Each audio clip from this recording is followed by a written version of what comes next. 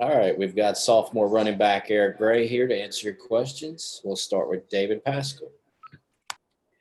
Eric, before the season, I asked what would a 1,000-yard season against all SEC opponents mean for you? I know you're a team-first guy, but with 3 games left, that is still a realistic possibility. How would you assess how things have gone on that front?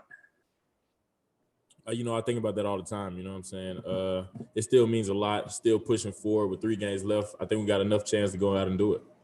And then when you think about you growing up and being from Tennessee and this Florida game, I mean, you've known about this rivalry for a long time. What does this rivalry mean to you? I mean, it means a lot. It means a lot to everyone in this program that Tennessee-Florida rivalry game is something that you come here to play for. That's a big game. Everyone's watching on CBS at 3:30. So, I love it. On that note, we'll go to Rick Russo. Hey, Eric, how you doing today? A couple things. First, talk about how frustrating maybe it's been the last couple of weeks. That's the 3rd open day Tennessee's had, watching football and not being able to play. And then also the concern for teammates who might be going through contact tracing and as you hope to get them back, moving forward, especially for the Florida game.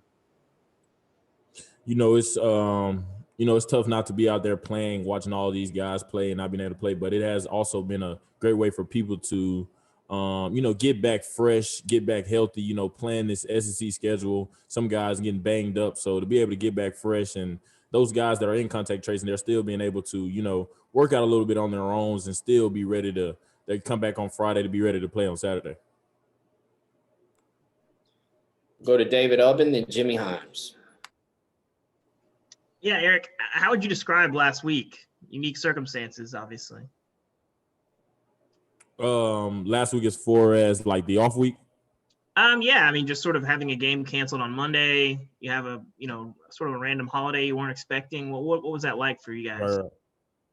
It's always good to be able for everyone to go home and, like refresh, restart, to be able to spend Thanksgiving with your family and just to go out and, you have practice where you're going over the fundamentals, just in getting back to the basics and then being able to go home and spend time with your family. No one expected that going into the week, but to be able to do that, I think it was good for everyone.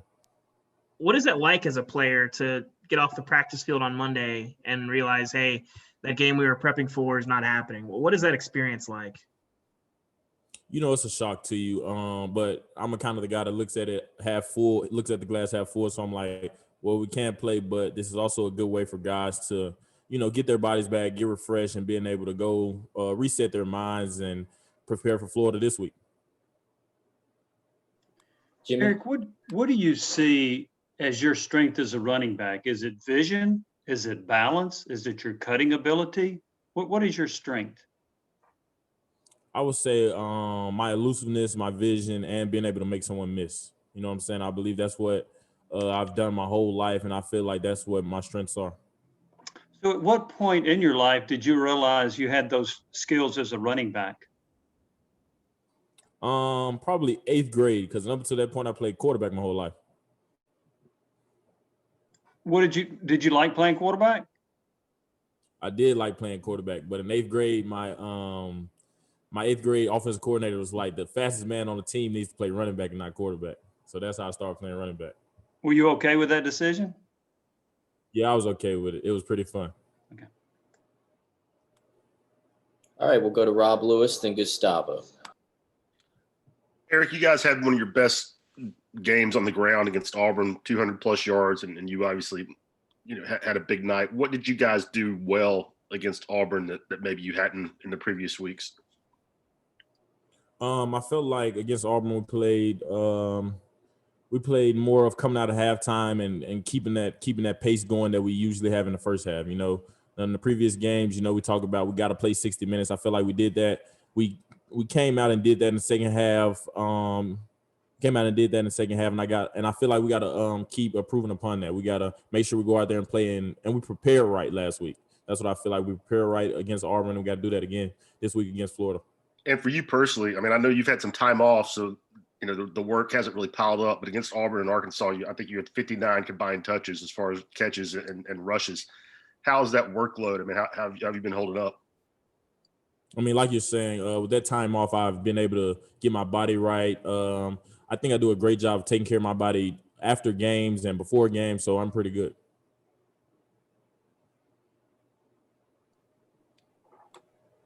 Tennessee ahead, hasn't Scott. played at home since October 24th, 6 weeks without playing in front of the fans. How much you miss playing in front of the fans, in front of, be in Neyland Stadium? You definitely miss it. I was thinking about that just yesterday. I was like, we haven't played at home in a while, and it's gonna feel great to be able to get out there and play and to just be in front of our home crowd. It's weird not playing in front of your home crowd for 6 weeks. That's unprecedented, but being able to go out there this Saturday and being able to play against a great team in front of our home crowd, I think it'll be pretty fun.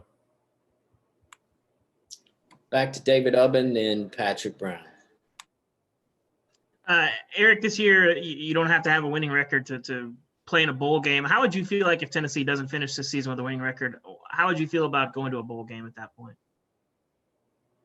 A bowl game is always fun. It's always a great experience. I remember the bowl game, us going to the bowl game last year, going to the Tax Slayer Bowl was a great experience for me as a freshman. Some of our guys last year never got to experience that, and our freshmen haven't got to experience that. So I think going to a bowl game is a great experience for everyone. Eric, you talked a little bit earlier about still having a chance at a 1,000-yard season. Are you reminding your offensive line or saying, hey guys, I'm pretty close, it's within reach? Are you trying to remind them of that, to give them some extra motivation for you over these last 3 games? I haven't, but I probably should. But I'm sure as long as they go out there and they prepare well every week, and what I'm saying, I'm a team first guy anyway, so I just want to go out there and get the most from my team, and then at the end of these 3 games, let's see where we're at. All right, Jimmy Himes and Rob Lewis. Eric, maybe if you promise to buy them lunch, they'll block better for you. Take them out for steaks or something. That's what I need to do. Tell me your thoughts on the Tennessee-Florida rivalry. When did you first hear about it, and did you pay a lot of attention to it when you were growing up? When I was growing up, my dad is a big college football guy, so he always talks about it. He always talks about those games, talks about Tennessee, Florida. Like when we were talking about what school, when I was getting recruited, we were talking about what schools I want to go to. And he was telling me, like that Tennessee, Florida rivalry, the Tennessee, Bama rivalry, all of those games are big rival games that you want to play in. Those are games that you want to play and you want to do well in because everyone's watching. Everyone in the country is watching. Rob? Eric, with a team, with the losing streak and everything, people wonder about team morale and whatnot, but I mean, you guys seemed to, it didn't seem like effort was a problem at Auburn. You haven't seen the opt-outs at Tennessee like you have at other schools. Just, what's the motivation and how would you describe just kind of the pulse of the locker room right now? I mean, like you said, you haven't seen a lot of the opt-outs that you've seen at other schools, and that just shows the mindset of our team. That shows that we're in it to win it. We're all in it together. Everyone's in it together.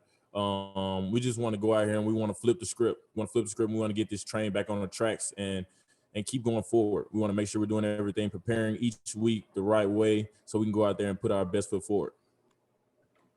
2 more questions, David Ubben and Matt Ray. Eric, when you guys have had guys out in contact tracing and infection, what is that like? Are they able to kind of be in meetings with you guys? And what is that like to have, a coach there and then some players in meetings and then players, I guess via Zoom? What is that sort of experience like, and what are the challenges that come with that? It really helps those guys who are in contact tracing because they're still able to be in meetings. They're still able to be there via Zoom and virtually. So they're still being able to learn and get those mental reps because the mental reps is just as important as the physical rep. So for them to be able to do that Zoom, that really helps them it gives them something to do throughout the day when they can still watch film on the opponent. They can still look at practice. They can't practice, but they can look at practice and see like what we're doing, and they can see what they can do to help. Matt? Eric, going back to David's first question about, the bowl appearance, when you look back at that game last year, you were a freshman. You were obviously the player of that game. How important were those extra practices to you? And then if you guys got the opportunity to go to a bowl this year, how important do you think that would be for this team moving forward, given the unfortunate circumstances that have cost you guys so much time on the field? Mm-hmm. Those extra practices were definitely but if you look at last year, our last game was Vanderbilt, And then being able to go from Vanderbilt to the Indiana game, I felt like you saw so much of a better complete team. You know what I'm saying? Those extra practices throughout December allowed us to come together, go through the basics, and it gave us a lot of time on our opponent. It gave us a lot of time to practice what we were doing and to perfect what we were doing. So I think going to a bowl is a great experience. It allows you to build on your next season. It allows you to get a game in to build on and see what you need to work on and what you have already in your program for the next season. Austin Price, you had one question. Yeah, Eric, you talked about the contact tracing a minute ago. Can you imagine a year ago when you hadn't played a lot of football, having to miss 28 days or 42 days in different bouts of contact tracing like some of your teammates have? How much do you feel like that would set you back? And just talk about kind of the hit on your development that would be. It's definitely unprecedented to be able to miss those kind of days. But I feel like what our people have brought together with being able to work out a little bit as well as being meetings, I think that has definitely helped those guys not miss so much. They can't be out there physically, but they can be out there on their own and do little weightlifting things with coaches to be able to just not miss everything. They can miss some things, but they don't have to technically miss everything. Thanks, Eric. We're going to have DeAndre